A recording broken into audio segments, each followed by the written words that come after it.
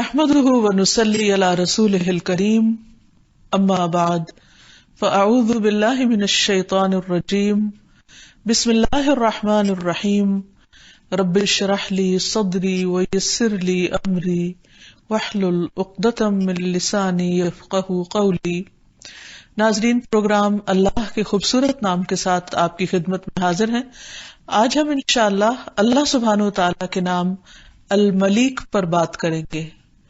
الملیک، مالک حقیقی، بادشاہ۔ اللہ سبحانہ و تعالیٰ اپنی تمام مخلوق کا مالک ہے اور سب پر بادشاہ ہے، سب کا حاکم وہی ہے، اور اس کی حاکمیت میں اور اس کی بادشاہت میں کوئی بھی ذرے برابر کا حصہ دار نہیں۔ اللہ سبحانہ و تعالیٰ کے لیے صفت المالک بھی استعمال ہوتی ہے، مالک الملک، ملک بھی استعمال ہوتی ہے، اور الملیک بھی۔ مالک کا معنی ہوتا ہے وہ جو کسی چیز کی ملکیت رکھتا ہو۔ اللہ سبحانہ و تعالیٰ ہر چیز کا مالک ہے۔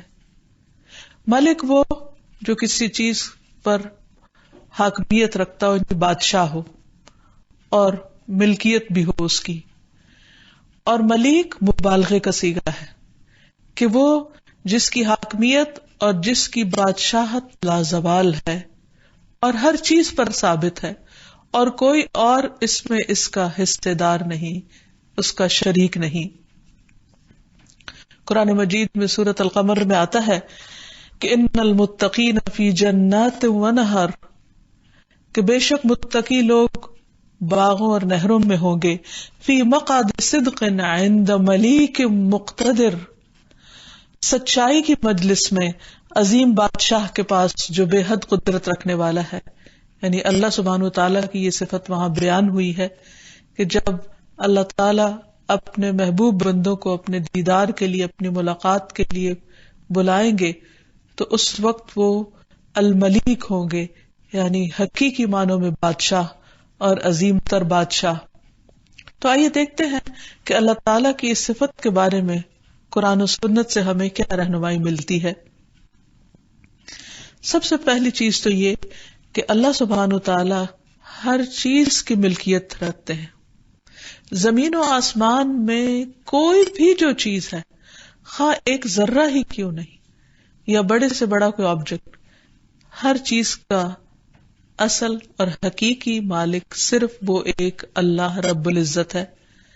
قرآن مجید میں آتا ہے الم تعلم ان اللہ لہ ملک السماوات والارض وما لکم من دون اللہ من ولی ولا نصیر، کیا تم نہیں جانتے، کیا تم نے دیکھا نہیں کہ اللہ ہی ہے جس کے لیے آسمانوں اور زمین کی بادشاہی ہے، یعنی اصل مالک وہی ہے ان کا، اور اللہ کے سوا تمہارا نہ کوئی دوست ہے اور نہ کوئی مددگار۔ زمین و آسمان میں کیا کچھ ہے، یہ تمام ستارے، سیارے، پہاڑ، دریا، جو کچھ بھی ہماری نگاہیں دیکھتی، کسی بھی چیز پر نگاہ ڈال کر دیکھیے تو ان سب چیزوں کا بنانے والا اللہ ہے، اور جس نے ان کو بنایا، پہلی بار تخلیق کیا، وہی حقیقت میں ان سب چیزوں کا مالک ہے، کوئی اور نہیں۔ وہ چیزیں بھی جو ہمیں نظر آتی ہیں اور وہ چیزیں بھی جو ہماری آنکھ دیکھتی نہیں ہے، وہ چیزیں جن سے ہم براہ راست فائدہ اٹھا رہے ہیں، اور وہ تمام چیزیں جن سے ہم انڈائریکٹلی فائدہ اٹھا رہے ہیں، جن سے فائدہ اٹھانے کا ہمیں خود بھی علم نہیں، وہ سب بھی اللہ سبحانہ تعالیٰ کی ملکیت ہے۔ وہ دنیا کا مالک بھی ہے، وہ آخرت کا مالک بھی ہے، وہ اکیلا اور حقیقی مالک ہے، اور وہی جس کو چاہتا ہے آزمائش کے طور پر، وقتی طور پر حاکمیت یا بادشاہت دنیا میں دے دیتا ہے، اور جس سے چاہتا ہے وہ چھین لیتا ہے، کیونکہ اصل مالک تو وہ خود ہے۔ اس کی بادشاہت کسی اور کے اوپر ڈیپینڈ نہیں کرتی، اس کی ملکیت کسی اور کی دی ہوئی نہیں، لیکن دوسرے انسانوں کے پاس، دوسری مخلوق کے پاس جو کچھ ہے وہ دراصل اس کا دیا ہوا ہے، اس کے باقی رہنے کا انحصار بھی اس ذات پر ہے. تو آسمان و زمین کی ساری بادشاہت اسی کے پاس ہے، وہی ہر چیز کا مالک ہے. ایک دوسری جگہ پر بھی فرمایا وَلِلَّهِ مُلْكُ السَّمَاوَاتِ وَالْأَرْضِ وَاللَّهُ عَلَى كُلِّ شَيْءٍ قَدِيرٌ. آسمان اور زمین کا مالک اللہ ہی ہے اور اللہ ہر چیز پر قادر ہے. یعنی صرف مالک نہیں بلکہ وہ ان چیزوں پر تصرف بھی کر سکتا ہے، انہیں جیسے چاہے استعمال کر سکتا ہے، انہیں چاہے تو باقی رکھے، انہیں چاہے تو ختم کر دے. جبکہ دنیا میں بعض اوقات انسان کسی چیز کا مالک ہوتے ہوئے بھی پوری طرح اس میں تصرف نہیں کر سکتا، ان کو اپنی مرضی کے مطابق استعمال نہیں کر سکتا، کیونکہ کمپلیٹ اور مکمل ملکیت انسان کی اس پر نہیں ہوتی. اور بعض اوقات انسان کی مرضی ہوتی بھی ہے، اس کے پاس کچھ اختیارات ہوتے بھی ہیں، لیکن جیسے وہ ان کو استعمال کرنا چاہتا ہے ویسے کر نہیں پاتا، اس کے راستے میں بے شمار رکاوٹیں ہوتی ہیں، جبکہ اللہ سبحانہ و تعالیٰ کے لیے کسی بھی کام کے کرنے میں کوئی رکاوٹ نہیں ہوتی. ایک اور جگہ پر فرمایا للہ ملک السماوات والارض وما فیہن. اللہ کے لیے ہے بادشاہت آسمان و زمین کی اور جو ان کے بیچ میں ہے، ان سب چیزوں کی بھی. پھر ایک جگہ پر چیلنج کرتے ہوئے فرمایا قل من بیدہ ملکوت کل شیء. آپ کہہ دیجئے، ان سے پوچھئے تو صحیح کہ کس کے پاس ہے بادشاہت یا ملکیت ہر چیز کی. وہو یجیر ولا یجار علیہ ان کنتم تعلمون. اور وہ پناہ دیتا ہے اور اس کے مقابلے میں پناہ نہیں دی جاتی، اگر تم جانتے ہو. تو وہ ضرور کہیں گے کہ اللہ کے لیے، یعنی اصل ملکیت اسی کی ہے. کہو پھر تم کہاں سے پھر آئے جاتے ہو، کہاں سے تم پر جادو کیا جاتا ہے، کون تمہیں مسحور کر دیتا ہے، کون تمہاری عقل کو پھیر دیتا ہے. اور ایک جگہ پر فرمایا فسبحان الذی بیدہ ملکوت کل شیء وإلیہ ترجعون. پاک ہے وہ ذات جس کے ہاتھ میں ہر چیز کی حکومت ہے، ہر چیز کی بادشاہت ہے، ہر چیز کی ملکیت ہے، اور اسی کی طرف تم سب لوٹائے جاؤ گے. یعنی تم سب اس کے مملوک ہو، غلام ہو، بندے ہو، اور وقتی طور پر کچھ چیزیں دیے گئے ہو، حقیقی معنوں میں کسی چیز کے مالک نہیں ہو. کیونکہ زمین و آسمان کے جتنے بھی خزانے ہیں وہ سارے کے سارے دراصل اللہ کے ہیں. اور ان خزانوں میں سے اگر انسان کو کچھ بھی ملا ہے تو وہ بہت تھوڑا سا ملا ہے اور بہت تھوڑے وقت کے لیے ملا ہے، اور اس پر بھی انسان اس وقت تک تصرف نہیں کر سکتا جب تک کہ اللہ کا اذن نہ ہو. تو حقیقی بادشاہ کون ہوا؟ پھر صرف اللہ. اللہ تعالیٰ فرماتے ہیں وَإِن مِّن شَيْءٍ إِلَّا عِندَنَا خَزَائِنُهُ وَمَا نُنَزِّلُهُ إِلَّا بِقَدْرٍ مَّعْلُومٍ. کوئی بھی چیز ایسی نہیں کہ جس کے خزانے ہمارے پاس نہ ہو، لیکن ہم ان کو ایک مقرر اندازے کے مطابق اتارتے ہیں. جب جس چیز کی ضرورت پیش آتی ہے اس کے مطابق ہم دنیا والوں کو اس میں سے دیتے ہیں. پھر اسی طرح یہ ہے کہ انسان کو ملنے والے جو خزانے ہیں یا جو نعمتیں ہیں ان کی اقسام بھی مختلف ہیں. کہیں مال و دولت کی صورت میں خزانے ہیں، اور تو کہیں عقل، سمع، بصر کی صورت میں انسان کو خزانے دیے گئے ہیں کہ جو مسلسل انسان استعمال کرتا ہے ساری زندگی. اور کہیں انسان کو بولنے کی قوت یا اور مختلف چیزوں کی شکل میں، کسی زمین یا پراپرٹی کی شکل میں کسی چیز کی ملکیت عطا کی گئی ہے.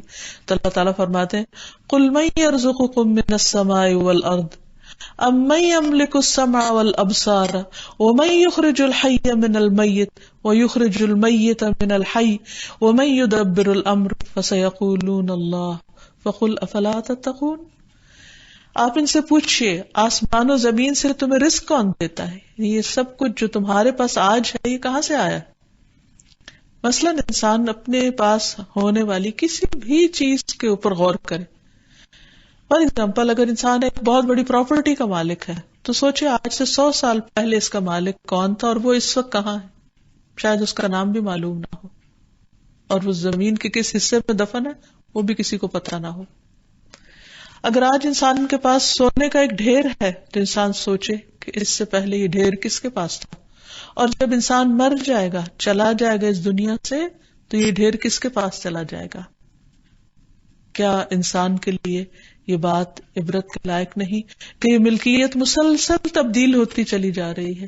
انسان کی وفات کے ساتھ پراپرٹی کے سارے کاغذات بے معنی ہو کر رہ جاتے ہیں اس انسان کے لیے. وہ اگر قبر میں لے کر بھی دفن ہو تو اس کو وہ کاغذ کچھ بھی فائدہ نہیں دیتے، نہ اسے اللہ کے عذاب سے بچا سکتے ہیں اور نہ ہی اس کے کسی فائدے میں ہو سکتے. تو حقیقی مالک تو پھر اللہ ہی ہے. وَلِلَّهِ مِيرَاثُ السَّمَاوَاتِ وَالْأَرْضِ، اللہ ہی کے لیے آسمان و زمین کی میراث.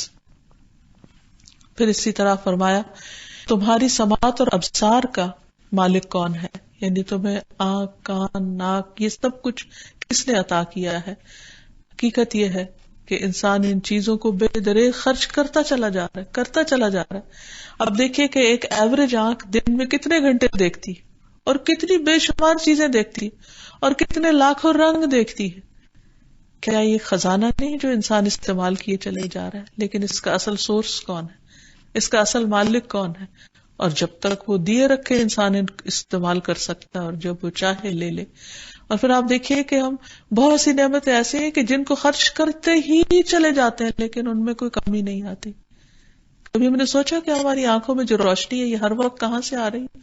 کون ہے یہ دینے والا؟ کیا ہم نے کبھی سوچا زبان جو بول رہی ہے، الفاظ منہ سے جو نکلتے چلے آ رہے ہیں، یہ کون اس کو طاقت دے رہا ہے اور کون پیچھے سے یہ سب کچھ ہمارے لیے کر رہا ہے؟ حقیقت یہ ہے کہ ہم اس رب کے شکر گزار نہیں ہوتے جس نے یہ سب کچھ ہمیں عطا کیا ہے، اور کبھی نہیں سوچتے کہ ان کا اصل مالک اللہ ہے. لہذا جو اصل مالک ہے اس کی مرضی کے مطابق اس کو استعمال کریں، اس کو راضی کرنے کے لیے، اس کو خوش کرنے کے لیے. پھر اسی طرح حقیقت میں ہماری زندگی کا مالک بھی وہی ہے. زندگی اور موت سراسر اس کے ہاتھ میں ہے. کوئی انسان اپنی مرضی سے خود کو نہ زندہ رکھ سکتا ہے نہ موت کے منہ سے بچا سکتا ہے. فرمایا قل یا ایھا الناس انی رسول اللہ الیکم جمیعا الذی لہ ملک السماوات والارض لا الہ الا هو یحیی ویمیت. آپ کہہ دیجئے لوگو میں تم سب کی طرف اللہ کا رسول ہوں جو آسمانوں اور زمین کی سلطنت کا مالک ہے، اس کے سوا کوئی الہ نہیں. وہی زندہ کرتا ہے، وہی موت دیتا ہے جو آسمان و زمین کا مالک ہے. کسی انسان کے پاس زندگی نہیں.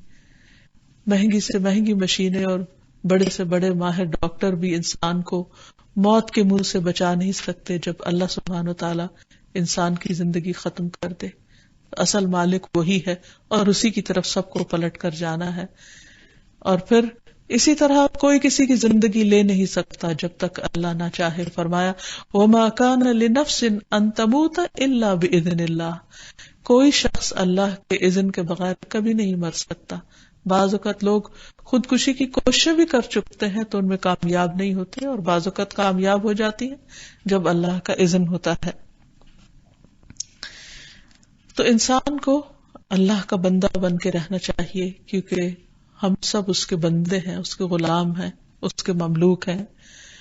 اور نبی صلی اللہ علیہ وسلم نے بھی فرمایا کہ بلا شبہ تم سب مملوک ہو، سب غلام ہو، سب بندے ہو، اور رب اللہ عز و جل ہی ہے.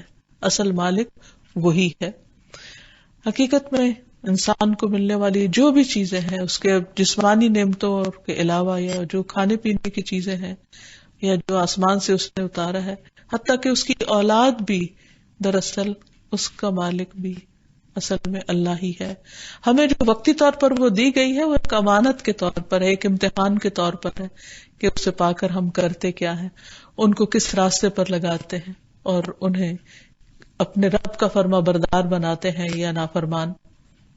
اللہ تعالیٰ فرماتے ہیں خلقکم من نفس واحدۃ ثم جعل منها زوجها وانزل لكم من الانعام ثمانية ازواج يخلقكم في بطون امهاتكم خلقا من بعد خلق في ظلمات ثلاث ذلكم الله ربكم له الملك لا الہ الا هو فأنا تصرفون.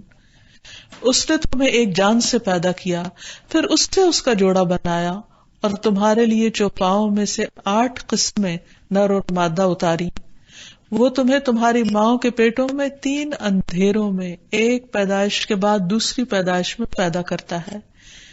یہی اللہ تمہارا رب ہے اسی کی بادشاہت ہے، اسی کی ملکیت ہے، اس کے سوا کوئی معبود نہیں، پھر تم کس طرح پھیرے جاتے ہو؟ یعنی تمہیں جو اللہ تعالیٰ نے پیدا کیا اور تمہاری ماں کے پیٹ میں پیدا کیا، تو بظاہر یوں لگتا کہ ماں یا باپ اس کے مالک ہے، لیکن وہاں بھی حقیقت میں اللہ ہی مالک ہے. فرمایا للہ ملک السماوات والارض یخلق ما یشاء یہب لمن یشاء اناثا ویہب لمن یشاء الذکور. آسمانوں اور زمین کی بادشاہت اللہ کی ہے، وہ جس کے لیے چاہتا ہے لڑکے پیدا کرتا ہے اور جس کے لیے چاہتا ہے اسے لڑکیاں عطا کرتا ہے. وہ جو چاہے پیدا کرتا ہے، جسے چاہے لڑکیاں عطا کرتا ہے اور جسے چاہے لڑکے عطا کرتا ہے. تو اصل مالک تو وہ ہے، انسان نہیں، کیونکہ یہ وقتی طور پر انسان کے پاس ہے سب کچھ، حقیقت میں اسی کا ہے. اور انسان ان کے اوپر تصرف بھی اسی طرح کرے کہ یہ اللہ کی دین ہے، اللہ کی امانت ہے، اللہ ہی اصل مالک ہے، یعنی ان کو اپنا غلام بنانے کی کوشش نہ کرے. پھر یہ یاد رہے کہ ہدایت اور گمراہی کا مالک بھی اللہ ہی ہے، وہ جسے چاہے ہدایت دے اور جسے چاہے بھٹکا دے. یہ اس کی حکمت اور اس کی مصلحت ہے کہ وہ کس کے لیے کیا فیصلہ کرے اور کس کو کس چیز سے نوازے. جابر رضی اللہ عنہ بیان کرتے ہیں کہ رسول اللہ صلی اللہ علیہ وسلم ہمیں خطبہ دیا کرتے تھے اور اس میں اللہ تعالیٰ کی وہ حمد و ثنا بیان کرتے جو اس کے شایان شان ہے. پھر فرماتے جس کو اللہ ہدایت دے اسے کوئی گمراہ نہیں کر سکتا، اور جسے وہ گمراہ کر دے اسے کوئی ہدایت دینے والا نہیں، اور بہترین بات اللہ تعالیٰ کی کتاب ہے.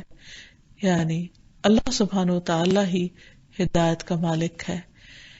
ایک اور جگہ پر قرآن مجید میں اس بات کو اس طرح واضح کیا گیا کہ انک لا تہدی من احببت، کہ اے حبیب محمد صلی اللہ علیہ وسلم آپ اس کو ہدایت نہیں دے سکتے جس سے آپ محبت رکھتے ہیں. یعنی آپ کوشش کر سکتے ہیں، آپ اس کو راہ دکھا سکتے ہیں، لیکن اس کے دل میں بات اتارنا، اس کا دل کھولنا اور اس کو ریسپٹیو بنانا، اسے قبولیت کے لائق بنانا، یہ دراصل اللہ ہی کا کام ہے اور یہ اس کی خاص حکمت ہے. لیکن اس موقع پر عموماً شیطان انسان کے دل میں وسوسہ ڈالتا ہے کہ اگر اللہ کو منظور ہوگا تو ہدایت مل جائے گی، اگر وہ ہی نہیں چاہتا تو ہم ہدایت کہاں سے حاصل کریں. تو بات یہ کہ اللہ تعالیٰ اپنے بندوں پر ظلم نہیں کرتا، وہ کسی کے اوپر جبر نہیں کرتا کہ کوئی شخص ہدایت چاہتا اور وہ زبردستی اس پر گمراہی مسلط کرتے.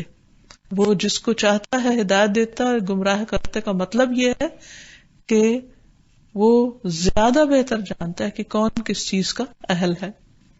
پھر اسی طرح کسی کو معاف کرنا اور کسی کو سزا دینا یہ بھی مکمل طور پر اللہ تعالیٰ کے اختیار میں ہے. قرآن مجید میں آتا ہے وَلِلَّهِ مُلْكُ السَّمَاوَاتِ وَالْأَرْضِ يَغْفِرُ لِمَن يَشَاءُ وَيُعَذِّبُ مَن يَشَاءُ وَكَانَ اللَّهُ غَفُورًا رَحِيمًا. اللہ ہی کا ہے جو کچھ آسمانوں میں ہے اور جو زمین میں ہے، جسے چاہتا ہے بخش دیتا ہے اور جسے چاہتا ہے عذاب دیتا ہے، اور اللہ تعالیٰ غفور الرحیم ہے. یعنی اس کی صفت بخشنے والا مہربان ہے، غفور الرحیم ہے، لیکن اس کے باوجود اس کے ہاں جزا اور سزا دونوں چیزیں ہیں، اور جزا اور سزا کا تصرف اپنی مرضی کے مطابق کرتا ہے. اس لیے اللہ سبحانہ وتعالیٰ سے ڈرتے رہنا چاہیے، اس کی رحمت کو پکارتے رہنا چاہیے اور اس کے عذاب سے پناہ مانگنی چاہیے. پھر اسی طرح انسانوں کے حقیقی نفع نقصان کا مالک بھی صرف اللہ ہے. فرمایا قل اتعبدون من دون اللہ ما لا یملک لکم ضرا ولا نفعا واللہ هو السمیع العلیم. کہہ دیجئے کیا تم اللہ کے سوا اس چیز کی عبادت کرتے ہو جو تمہارے لیے نہ کسی نفع کی مالک ہے نہ نقصان کے، اور اللہ ہی سب کچھ سننے والا سب کچھ جاننے والا ہے. یعنی قدیم زمانے میں اور آج بھی لوگ اللہ کو چھوڑ کر اوروں کے در پر جاتے ہیں یا اوروں کے آگے سر جھکاتے ہیں یا ان کے نام پر صدقہ خیرات کرتے ہیں یا ان سے ڈرتے ہیں یا ان کو اپنی قسمتوں کا مالک سمجھتے ہیں یا ان سے خوف کھاتے ہیں. تو اس کے بارے میں بھی واضح طور پر فرما دیا کہ نہیں، وہ رازق نہیں ہے، فائدہ ان کے پاس نہیں ہے، فائدہ حقیقی معنوں میں اللہ ہی کے پاس ہے. اگر بندوں میں سے کسی کے پاس وقتی طور پر کوئی اختیار ہے تو بھی دراصل اللہ ہی کا دیا ہوا، اور اللہ تعالیٰ جب چاہے اس کا اختیار ختم کر دے. اس لیے انسان کو دراصل اللہ ہی سے ڈرتے رہنا چاہیے، بندوں سے نہیں. اور پھر خصوصاً یہ کہ اللہ کا در چھوڑ کر کسی مشکل تکلیف اور پریشانی کی حالت میں اس کا در چھوڑ کر کسی اور در پر نہیں جانا چاہیے، کیونکہ ہر چیز کا مالک دراصل اللہ ہی ہے. اگر وہ فائدہ دینا چاہے تو پوری دنیا مل کر نقصان نہیں دے سکتی، اور اگر وہ نقصان دینا چاہے تو پوری دنیا مل کر بھی انسان کو بچا نہیں سکتی. فرمایا قل فمن یملک لکم من اللہ شیئا ان اراد بکم ضرا او اراد بکم نفعا بل کان اللہ بما تعملون خبیرا. آپ ان سے کہیے کون ہے جو تمہارے حق میں اللہ کے سامنے کچھ بھی اختیار رکھتا ہو، اگر وہ نقصان پہنچانا چاہے یا نفع بخشنا چاہے، بلکہ جو تم کہہ رہے اور کر رہے ہو اللہ اس سے پوری طرح باخبر ہے. تمہارے سارے اعمال اس کے سامنے ہیں، تم اس سے کہیں بھی چھپ نہیں سکتے، اس کی گرفت سے تمہیں کوئی بچا نہیں سکتا. وَمَن يُرِدِ اللَّهُ فِتْنَتَهُ فَلَن تَمْلِكَ لَهُ مِنَ اللَّهِ شَيْئًا. اور جسے اللہ ہی نے فتنے میں مبتلا رکھنے کا ارادہ کیا ہو تو اسے اللہ کی گرفت سے بچانے کے لیے آپ کچھ نہیں کر سکتے. یعنی یہ انسانوں کے لیے بہت بڑا امتحان ہے، بہت بڑی آزمائش ہے کہ انسان ایسے موقع پر کیسے پھسل جاتا ہے اور اصل راہ کو چھوڑ دیتا ہے. حقیقت یہ ہے کہ انسان کے لیے کوئی بھی دکھ، تکلیف اور پریشانی ایک بہت بڑی آزمائش ہوتی ہے، اور اس میں انسان کے ایمان کا امتحان ہوتا ہے، اور شیطان انسان کو اللہ تعالیٰ سے مسلسل مایوس کر رہا ہوتا ہے تاکہ انسان اللہ کو چھوڑ کر اوروں کی طرف جھکے، مائل ہو، اور پھر شرک میں مبتلا ہو جائے. اور شرک ایسی چیز ہے کہ اگر انسان تھوڑا سا بھی شرک کر دے، ذرے برابر بھی شرک کر دے، تو اس کی زندگی بھر کے اعمال برباد ہو کر رہ جاتے ہیں. اللہ سبحانہ و تعالی سارے گناہ معاف کر دے گا لیکن شرک کا گناہ نہیں معاف کرے گا. اسی لیے اپنی عبادت میں، اپنے سجدوں میں، اپنی دعاؤں میں صرف اور صرف اللہ سبحانہ و تعالی ہی کو سامنے رکھنا چاہیے، کسی اور کو نہیں، کیونکہ کوئی اور کسی چیز کا مالک نہیں ہے، حتیٰ کہ پیغمبر بھی مالک نہیں ہے. اسی لیے ہم دیکھتے ہیں کہ عیسیٰ علیہ السلام کے بارے میں اللہ تعالیٰ فرماتے ہیں لَقَدْ كَفَرَ الَّذِينَ قَالُوا إِنَّ اللَّهَ هُوَ الْمَسِيحُ ابْنُ مَرْيَمَ قُلْ فَمَنْ يَمْلِكُ مِنَ اللَّهِ شَيْئًا إِنْ أَرَادَ أَنْ يُهْلِكَ الْمَسِيحَ ابْنَ مَرْيَمَ وَأُمَّهُ وَمَنْ فِي الْأَرْضِ جَمِيعًا وَلِلَّهِ مُلْكُ السَّمَاوَاتِ وَالْأَرْضِ وَمَا بَيْنَهُمَا يَخْلُقُ مَا يَشَاءُ وَاللَّهُ عَلَى كُلِّ شَيْءٍ قَدِيرٌ. یقیناً ان لوگوں نے کفر کیا جنہوں نے کہا کہ مسیح ابن مریم ہی اللہ ہے، یعنی وہ رب ہے. آپ ان سے پوچھئے اگر اللہ تعالیٰ مسیح ابن مریم کو، اس کی والدہ کو اور جو کچھ بھی زمین میں ہے ان سب کو ہلاک کرنا چاہے تو کس کی مجال ہے کہ وہ اللہ کو اس ارادے سے روک سکے. یعنی اللہ سبحانہ وتعالی ہی کا اصل اختیار ہے، اور جو کچھ آسمانوں اور زمین اور ان کے درمیان ہے سب اللہ ہی کی ملکیت ہے. وہ جو کچھ چاہتا ہے پیدا کرتا ہے، اللہ ہر چیز پر قادر ہے. اس لیے انسان کو کبھی بھی اس بھول میں نہیں رہنا چاہیے کہ اگر اللہ سبحانہ وتعالی پکڑنے کا ارادہ کرے گا تو کوئی اور بچا لے گا یا چھڑا لے گا، یا انسان کسی اور کے دامن میں پناہ لے لے گا، یا کوئی اور اس کی حفاظت کرے گا. ہرگز بھی نہیں، کیونکہ کوئی اس کی ملکیت میں شریک ہی نہیں، اس نے کسی کو اپنا شریک بنایا ہی نہیں. فرمایا الذی لہ ملک السماوات والارض ولم یتخذ ولدا ولم یکن لہ شریک فی الملک. واضح اعلان کر دیا ولم یکن لہ شریک فی الملک وخلق کل شیء فقدرہ تقدیرا. وہ ذات کہ اسی کے لیے آسمان و زمین کی بادشاہت، اور اس نے نہ کوئی اولاد بنائی اور نہ کبھی بادشاہی میں کوئی اس کا شریک بنا، اور اس نے ہر چیز کو پیدا کیا اور اس کا اندازہ مقرر کیا، پورا پورا اندازہ، یعنی ہر چیز کو نئے سرے سے پیدا کیا، اس کی پلاننگ بھی خود کی، اس کی تخلیق بھی، اس کی زندگی بھی خود مقرر کی، اس کے خاتمے کا وقت بھی خود مقرر کیا، اور اس کو جیسا چاہا رنگ دیا، جیسا چاہا ڈیزائن دیا، اور جتنی چاہے زندگی دی. اس میں کسی کا کوئی مشورہ نہیں ہے، اور نہ ہی کسی کا کوئی عمل دخل، نہ کسی نبی کا، نہ کسی ولی کا، نہ کسی اور ہستی کا. پھر اسی طرح پھر یہ بھی یاد رہے کہ اللہ سبحانہ وتعالیٰ کے سوا کوئی بھی تکلیف نہیں ہٹا سکتا. اللہ تعالیٰ فرماتے ہیں قُلِ ادْعُوا الَّذِينَ زَعَمْتُم مِّن دُونِهِ لَا يَمْلِكُونَ كَشْفَ الضُّرِّ عَنكُمْ وَلَا تَحْوِيلًا. سورۃ الاسراء کی اس آیت کا مطلب یہ ہے کہ آپ ان سے کہیے، ان کو پکار دیکھو جنہیں تم اللہ کے سوا معبود سمجھتے ہو، یعنی ان سے مدد مانگ دیکھو. وہ تم سے تکلیف کو نہ ہٹا سکتے ہیں نہ بدل سکتے ہیں، پھر بھی نہیں سکتے، نہ دور کر سکتے ہیں، کسی طرح بھی کام نہیں آ سکتے، کیونکہ اصل اختیار تو اللہ کے پاس ہے، کسی اور کے پاس ہے ہی نہیں. یہ انسان کی سب سے بڑی بھول ہے کہ اصل رب کو چھوڑ کر، اللہ کو چھوڑ کر، اصل مالک کو چھوڑ کر وہ دوسروں کے در پر اپنی ناک رگڑے. اس سے بڑی ذلت بھی کوئی نہیں اور اس سے بڑی بھول بھی کوئی نہیں. پھر اسی طرح اور تو اور اس کائنات میں اللہ سبحانہ وتعالیٰ نے تمام مخلوقات میں جس ہستی کو سب سے بڑا مقام دیا، آنر دیا، یعنی نبی صلی اللہ علیہ وسلم کو، ان کے بارے میں بھی اللہ تعالیٰ نے یہ بتایا کہ وہ بھی کسی چیز کے مالک نہیں ہے.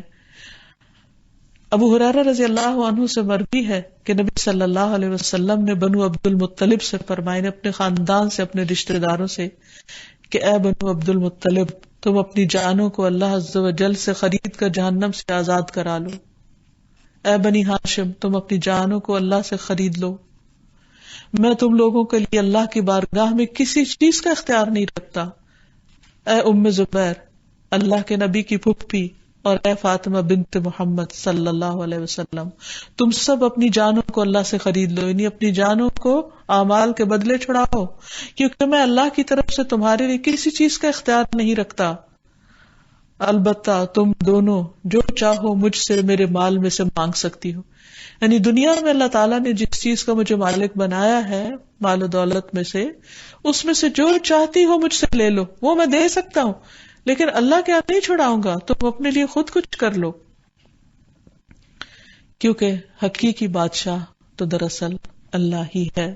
فتعال اللہ الملک الحق، بہت بلند ہے اللہ جو حقیقی بادشاہ ہے، جو بادشاہوں کا بادشاہ ہے. اور قرآن مجید میں واضح طور پر فرما دیا گیا، قل اللہم مالک الملک تؤتی الملک من تشاء وتنزع الملک ممن تشاء وتعز من تشاء وتذل من تشاء بیدک الخیر انک علی کل شیء قدیر. کہہ دیجئے اے اللہ بادشاہی کے مالک، یعنی جو حقیقی مالک ہے، تو جسے چاہتا ہے بادشاہی دیتا ہے، اور جس سے چاہتا ہے بادشاہی چھین لیتا ہے، جسے چاہتا ہے عزت دیتا ہے، جسے چاہتا ہے ذلیل کر دیتا ہے. تیرے ہی ہاتھ میں ہر بھلائی ہے، بے شک تو ہر چیز پر پوری طرح قادر ہے. یعنی اصل اختیار، ملکیت، کنٹرول صرف تیرے پاس ہے. پھر اللہ سبحانہ وتعالیٰ ایسا بادشاہ ہے، ایسا مالک ہے کہ اسے اپنی مخلوق کی ایک ایک حرکت کی بھی خبر ہے. ایک پتا بھی اگر گرتا ہے تو اس کو پتہ چل جاتا ہے. کوئی کسی پر ظلم کرتا ہے تو اس کے علم میں ہوتا ہے، کوئی بھوکا ہے تو اس کو پتا ہے، کسی نے بہت سارے خزانے جمع کر لیے تو اس کے علم میں، اس سے چھپی ہوئی کوئی بھی چیز نہیں. اور پھر یہ بھی یاد رہے کہ وہ صرف دنیا کا مالک نہیں، وہ آخرت کا بھی مالک ہے، وہ اس عظیم دن کا بھی مالک ہے، مالک یوم الدین. دوسری جگہ پر فرمایا وَلَهُ الْمُلْكُ يَوْمَ يُنفَخُ فِي الصُّورِ عَالِمُ الْغَيْبِ وَالشَّهَادَةِ وَهُوَ الْحَكِيمُ الْخَبِيرُ. وہی ہے جس نے آسمانوں اور زمین کو حق کے ساتھ پیدا کیا. جس دن کہے گا کہ ہو جا تو وہ ہو جائے گی، اس کی بات سچی ہے، اسی کی بادشاہی ہوگی. جس دن سور پھونکا جائے گا، غیب اور حاضر کو جاننے والا وہی کمال حکمت والا اور پوری خبر رکھنے والا ہے.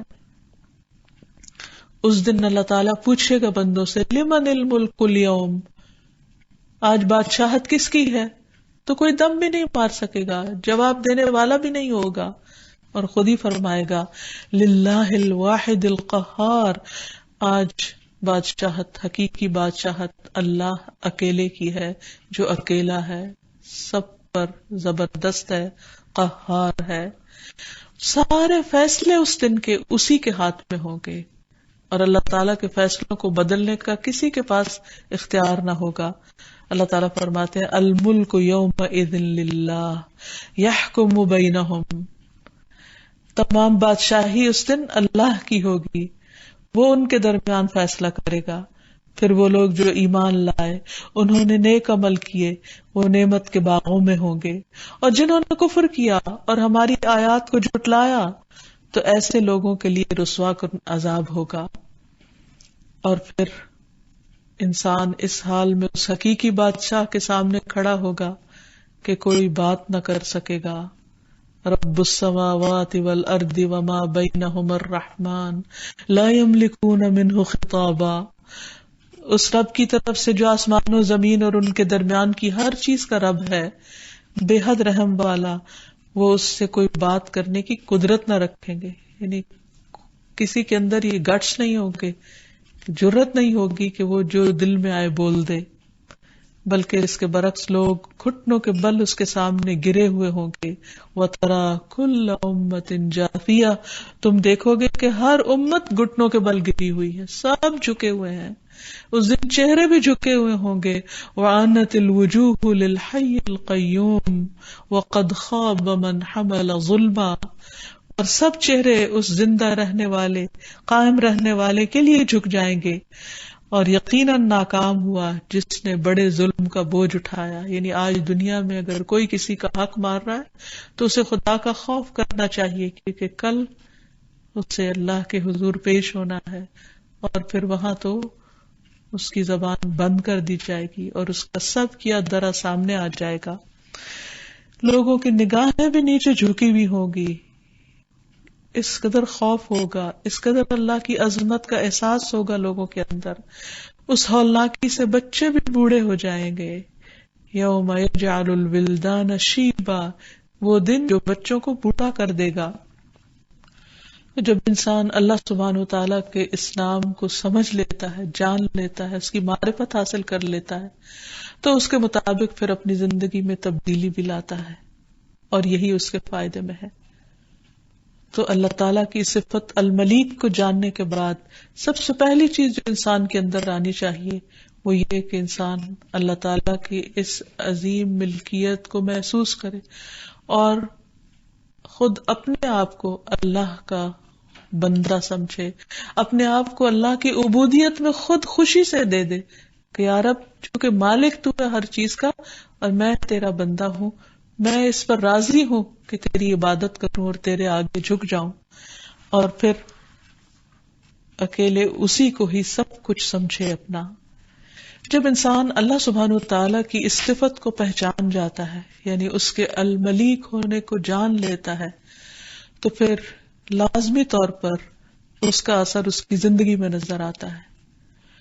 اور وہ اثر کس طرح کہ سب سے پہلے وہ اپنے آپ کو بندگی کے مقام پر رکھتا ہے، کیونکہ مالک تو ہے تو میں تیرا مملوک ہوں، میں تیرا بندہ ہوں، میں تیرا غلام ہوں، اور پھر اس کے اندر بندگی کی کیفیات آنے لگتی ہیں۔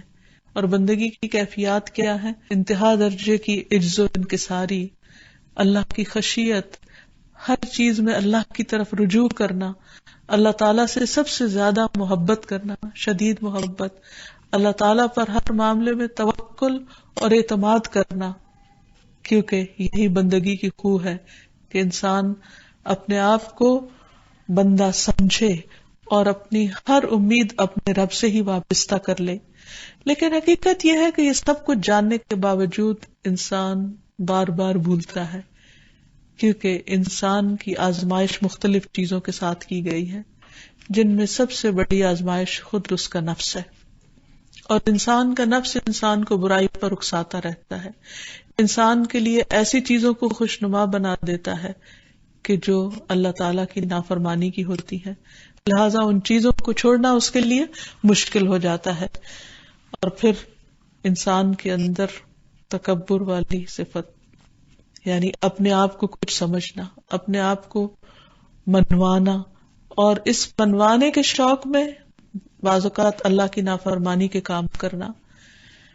تو اس لیے انسان کا جو امتحان ہے وہ بھی اسی راستے سے، یعنی اس کی بندگی یا اس کی عبودیت کے راستے یہ رخ سے آتا ہے.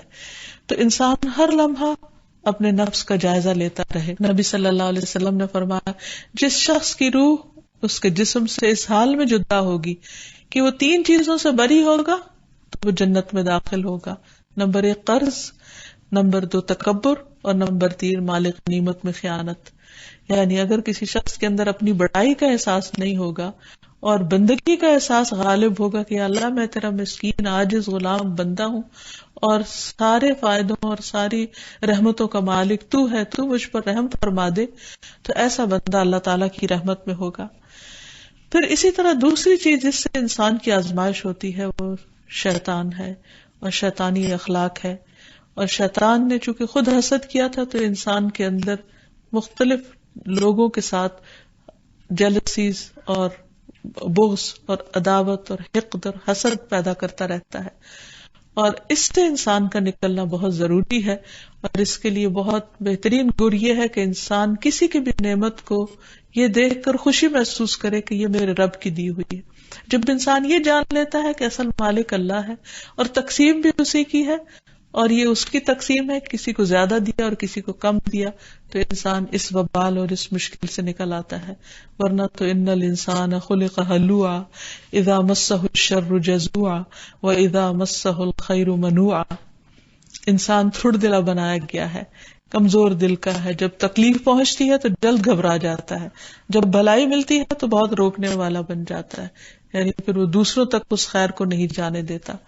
اور اس کے نفس کے اندر بخل اور خود پسندی جیسے منفی جذبات پائے جاتے ہیں. پھر تیسری چیز جس کے ذریعے انسان آزمایا جاتا ہے وہ اس کی بدنی ضروریات ہوتی ہیں. انسان کے ساتھ بھوک اور مختلف طرح کی خواہشات ہیں اور دنیا اس کے لیے مزین کر دی گئی ہے.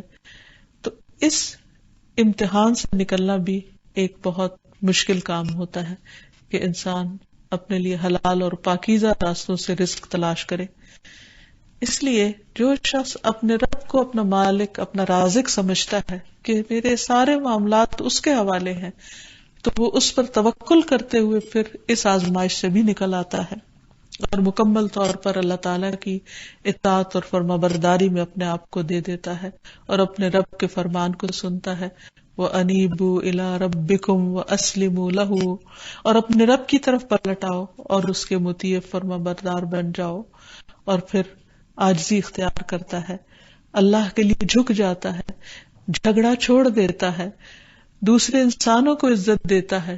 اللہ تعالیٰ نے جن لوگوں کو جو مقام دیا ہے ان کے مقام کو پہچاننے کی صلاحیت اس کے اندر پیدا کر دیتا ہے. اللہ تعالیٰ کی تقسیم پر راضی ہو جاتا ہے. ایسا شخص اپنے عمل سے، اپنے فعل سے بھی عاجزی کا اظہار کرتا ہے. اور پھر جن بندوں کو اللہ تعالیٰ نے اس کے اختیار میں دے رکھا ہو ان پر وہ ظلم نہیں کرتا، نہ اپنے ماتحت لوگوں پر، اپنے سب آرڈینیٹس پر، یا اپنے خادموں پر، اپنے سرونٹس پر، غلاموں پر. پھر اسی طرح جو اس سے کمزور لوگ ہیں، یتیم ہیں، مسکین ہیں، یا معاشرے کے پسے ہوئے لوگ ہیں، ان کے ساتھ بھی ہمدردی اور محبت کا اظہار کرتا ہے. پھر اسی طرح جانوروں پر ظلم نہیں کرتا، کائنات کی ایک ایک چیز کے ساتھ وہ خیرخواہی کا معاملہ کرتا ہے.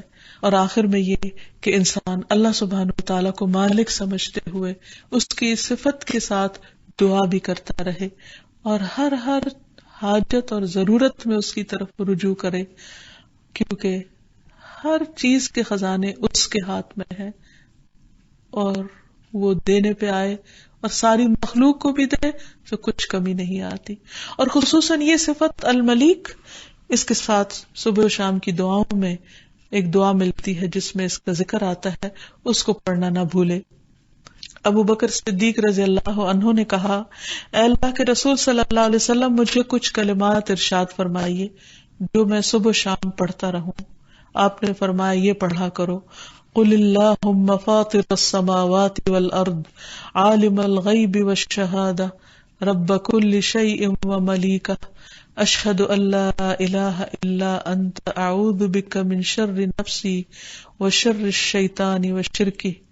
اے اللہ، آسمان و زمین کے پیدا کرنے والے، پوشیدہ اور ظاہر کے جاننے والے، ہر شے کے پالنے والے اور اس کے مالک، میں گواہی دیتا ہوں کہ تیرے سوا کوئی معبود نہیں۔